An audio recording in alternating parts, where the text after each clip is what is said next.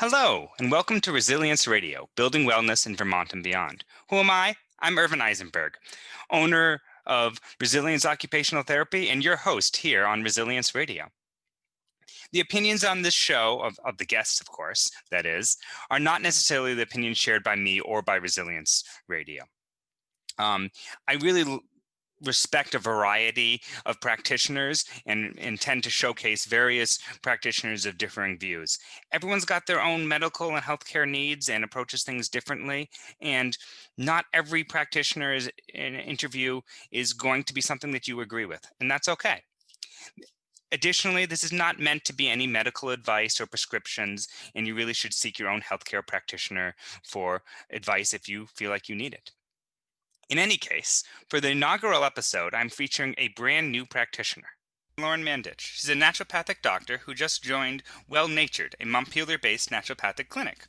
She earned a bachelor's degree of Arts and Science in Child Development at Tufts University, and then completed a training in outdoor education at the National Outdoor Leadership School before going on to earn a doctorate in naturopathy at the Canadian College of Naturopathic Medicine. Good to have you on today, Lauren. Oh, it's great to be here, Irvin. So I was wondering if you could start off with the listeners getting to know you a little bit better. Could you tell us a little about your hobbies and passions? Yeah. So I love exploring the outdoors and creating and finding a sense of place in an area, and that really comes for me for experiencing the different seasons and cycles of nature in one place. And I find that there's a rhythm and balance that is often so easily missed in modern life that I really appreciate. And then also this summer, I enjoyed being part of a community supported agriculture. And so I was learning to cook with new recipes with vegetables I don't normally buy. My favorite one this summer was a radish greens pesto. And so it was just fun to kind of explore and experiment in the kitchen. Oh, great. So could you explain to us what naturopathic medicine is, and how does it, being an ND, differ from being an MD or a DO? Yeah. So naturopathic medicine, it's a healthcare profession that emphasizes the whole person. So body, mind, spirit, when you're talking about health.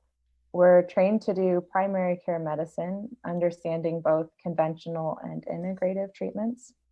The philosophy of the profession is rooted in the understanding that when provided the right foundations, such as nourishing food, restful sleep, movement, connection, a sense of purpose, and so on, our bodies are able to heal and exist in a state of dynamic balance, a homeostasis, just as everything else in nature. So our role is to provide education and guidance on what those foundations are, and then to help people individually navigate the specific obstacles in their life. And that often includes working as part of someone's healthcare team. And so a naturopathic doctor, it's a different profession and education track than an MD or a DO. The fundamental process is pretty similar. So meaning that I got my bachelor's, and then when I decided to go back to school, I had to do a year of science, like basic science prereqs. And then it's a 4-year doctorate program, and you are slowly being worked into the clinic. And then your final year is you're seeing patients yourself under a supervisor. And then after your second year, there's one round of board exams on your basic sciences. And then after your final year, you do a 3-day board exam, which is on the, I think it's called clinical science exam. And that is on diagnosis and treatment, both like more naturopathic or integrative treatment. So like nutrition, botanical medicine, physical medicine, health psychology, and those elements, but also conventional treatment and pharmaceuticals are part of what you learn. And then some programs also teach additional things like Chinese medicine and acupuncture. And so there's elective exams for that.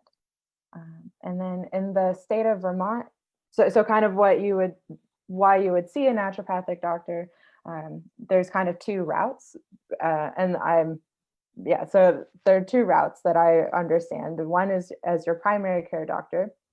So you would see, like someone you would see is your MD, your general practitioner, or family practitioner. You can also see a naturopath for that. And they have often done additional training and residencies focusing on that like that route and direction. And then you can also see one as more of a specialist. So that means that you have a primary care doctor as well. And then you see a naturopath for a specific concern or to get more guidance and education around these other aspects of health.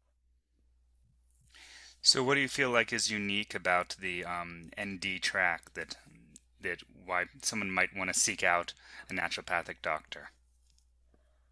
I would say the philosophy, and meaning that when we're looking at a person, we are able, we may not be able to do something with every element of health. So, like the spiritual, mental, emotional, physical, but we're recognizing that that is all playing a role. And so, also, one of the greatest gifts I think with naturopathic medicine is that we often just get more time with patients. And so, you're able to build um, just a different type of a therapeutic relationship versus conventional medicine. And I personally think that they work well together. And so I like to think of it as more like a complementary, uh, yeah, complementary. And so, yeah, I, So, ND's practices can vary. You mentioned they can be in primary care and they can have specialties. What would you say your focus is? So my focus is predominantly on lifestyle counseling. So optimizing those foundations of health that we were talking about earlier, like good food, quality sleep, social support, a sense of purpose, and so on, as well as the mind-body connection. So the relationship between physical, mental, emotional, and spiritual health, and deepening the sense of presence we have in our own lives, and nature connection. So that would be like the health benefits from the relationship cultivated between humans and the natural world. I was on the fibromyalgia and chronic fatigue focus shift during my internship year. And I would say so that besides general prevention and improvement of quality of life, my approach is particularly helpful for chronic health conditions, autoimmune conditions, and chronic pain. Unfortunately, we have plenty of that for you to work with. Yeah, unfortunately so. Yeah, so before the interview, you mentioned that you had some personal challenges with your health. Are you comfortable sharing a little more about that and sort of how that might have played a part in leading you to become a naturopathic doctor? Yeah. So when I was young, I struggled a lot with pain. And my parents took me to different doctors, and all the tests came back normal. So they told my parents and myself that it was like just all in my head, and they thought I just needed to relax more. So for years, I largely just stopped talking about it because I figured that it was a normal part of life. Everyone like had this pain occasionally. And it wasn't until my second year of college when the pain and the associated symptoms became just absolutely debilitating.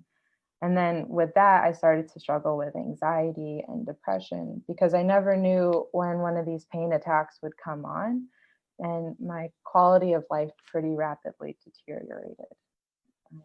My mom was a tremendous advocate though for me, and she never let me give up or accept that this was going to be my permanent reality. And so once we got all of the kind of scarier diagnoses ruled out, I started to work with a variety of other healthcare professions and healers. So, like a dietitian, counselor, yoga instructors, body workers, mindfulness coach. And so, over the years, none of these fully fix the problem, but they really helped me to improve my quality of life and see that there was another way to live my life. Um, and one of the most profound moments came one day. I heard myself describing my experience to someone else, saying things like, "It's attacking me," it hates me and I hate it.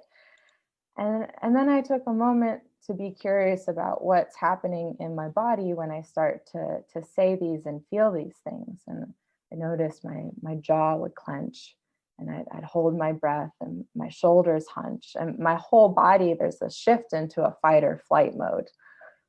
And so then I asked, well, what happens if I see this pain instead of as an attack? It's a way that my body is trying to communicate with me. And so what if I bring a sense of spaciousness and curiosity, just this once, just to see, because the pain's still there. And so what happens instead of wanting to fight it? And so then, it's like, what if I consciously unclench my jaw and I take a full deep breath? And I noticed that there's a shift in the relationship, and the pain doesn't always go away, but the suffering caused by my reaction to it lessens its grip, and I'm a little more present in my life. And every now and then there's still bad days. It's less and less, but there's sometimes like the pain's so intense that you're just trying to remind yourself, like, don't stop breathing, like just keep breathing, like none of this other stuff, like like it's okay, it's just this is where we're at, and that's okay too. And as the years have gone on and working with different practitioners and just having my own kind of practice, it's learning to navigate this, my quality of life has improved beyond what it was before, like even before things really changed, that second year of college. And so naturopathic medicine resonated for me after having been on the other side of health challenges, both personally and with loved ones, and knowing the profound impact that lifestyle can have on our health, and the value of a strong support system. And so not only can I provide education and guidance around health, but I'll also be my patient's advocate, because I know how important that is. And I may not know every answer, but I'll be on my patient's team to help them navigate their own health concerns. And that's something that I really value and appreciate about naturopathic medicine. And I wish that I had known about it when I was going through all this before, because I didn't find out about naturopathic medicine until years later. So, yeah. So when did you find out about naturopathic medicine? I was a couple years out of college, and I was looking to go back to school. And I thought that at that time, I decided that I'd become a dietitian, because I knew how important nutrition was in health. And we were living out in Washington State, and there's a school there that I had heard about. It was called Bastyr, and they had a holistic nutrition, like a dietitian and nutrition program. And so I was talking with them about my vision, about like, I really want to combine several of the programs that you have, and include health psychology and understanding more like physical aspects of health, but also like the role nutrition plays. And I was speaking with one of their deans, I think, she's like, well, how about, why don't you look at this program that we offer? It's a little bit longer, but it kind of combines everything that you already want to do, and you don't have to try to create a whole new thing. And so that was the year. So I was in the process of applying for dietitian programs, and found out about naturopathic medicine, switched over my applications, and then because Bastyr is one of the schools out west that has naturopathic medicine, and then my husband and I moved back east.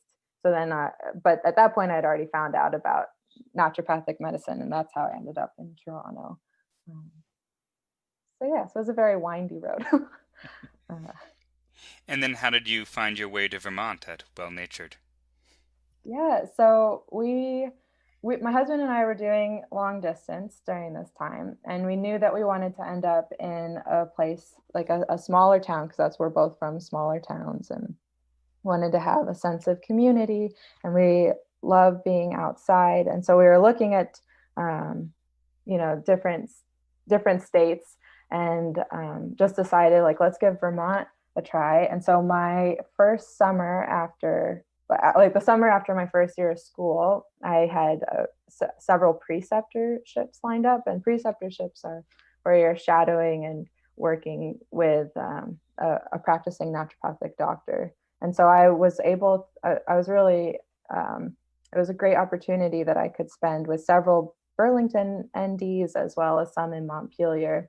And it was just amazing to see the community here and to see all the different ways that naturopathic medicine and this education can be brought to life by different people. And so I met Dr. Meyer that summer, and for me, it was just an instant connection with her. And yeah, and so from then, that's when we started kind of planning for me to come here when I graduated. And so it took some time because I still had years of school left, but now it's happening. So. And in what ways do you feel like your practice and interests complement and are similar to and add to the practice? Oh, so I would say one of the things that I really like about Dr. Meyer's practice is that she doesn't do the primary care. She does like she's as a specialist. Um, and she like her focus is a lot also on chronic illness, autoimmune conditions, Lyme disease. And so I'm just have been really thankful to be able to learn from her, because I was here back in February and I did an externship. And I feel like also so on a professional level, we are very similar in that aspect, and also really value uh, the balance of conventional and more integrative treatments, and seeing the importance of working as part of a team. And then also on just a personal level, and I um, I really appreciate about her the sense of presence, and she's just so full of life, and it's very contagious, and it makes you want to you know bring that same energy, and this great sense of love that she has for her patients and practice in the community. And I'm just so grateful for the opportunity to be a part of it. Great. So you mentioned at one point that to me that the a common challenge that doctors have is that they get frequent visits from the same patient without any evidence that the patient's been compliant with any of the recommendations. What do you do in these circumstances to sort of affect some sort of meaningful change with them? Yeah, so it's really easy to get frustrated when someone comes to you with a problem and you tell them what needs to be done, and then they don't make that change, and they come back and they're still wanting same problem to go away, or even harder is they come back and they're frustrated with you because the problem hasn't gone away. And so I instead of getting frustrated or giving up or taking it personally, or just trying to recommend the same thing, I try to take it as an opportunity for me to recognize that maybe there's factors influencing the problem that we haven't addressed or even considered, and a new perspective may be needed. And so one of those things for me is to try to take my ego out of it and not get wrapped up in, well, I thought we were very clear. It's like something is there's an obstacle that's come up, and so it's just figuring out what that is. um, yeah.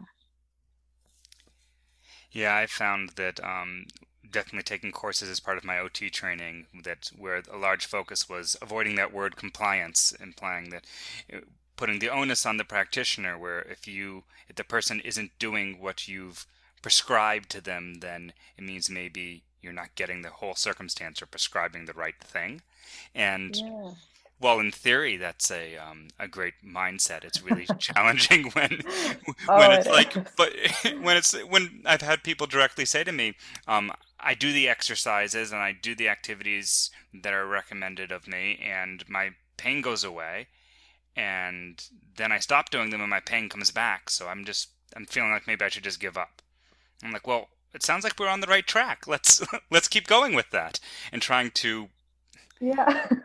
knowing when you need to just give a different set of recommendations and when you need to be a little more pushy is sort of is certainly a challenge. And Yes. it's so Yeah. independent to the person you're talking about. So it really comes down to building relationship. And I feel Mm. Yeah. I work with chronic pain a good amount with people as well, but I don't have as much personal experience as you do with it. And I imagine that Mm. that's can allow you to relate in some circumstances to people in a way that um, would help build that relationship so that you can make those inroads to really affect good change. Um,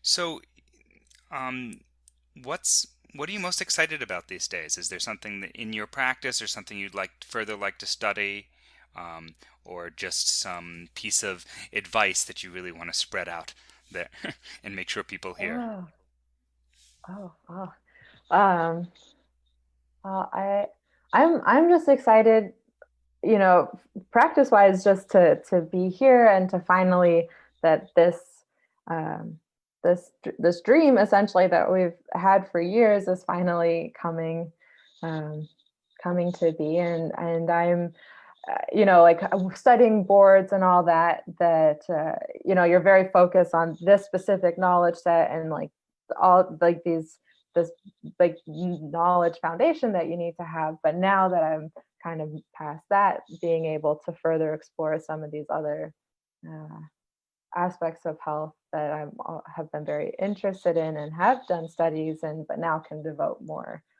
time to. And uh, I would say for something that I would hope people remember is just to breathe. There's a lot going on right now, and I find I have to remind myself that all the time. And I catch myself like holding, I hold my breath a lot, and I don't even notice it. And then it's just like, oh, okay, just breathe.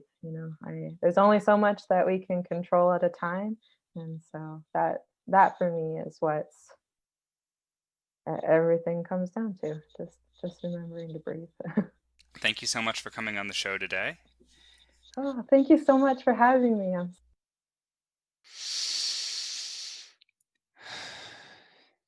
It's amazing how easy it is just to forget to breathe and just check in with yourself. I really appreciate that advice. It was really great having Lauren on the show today, especially this being the first episode and Lauren being a new practitioner to Central Vermont. If you enjoyed this episode as much as I enjoyed interviewing, um, give me a review on your podcatcher of your choice and subscribe. You've been listening to Resilience Radio. I hope you enjoyed.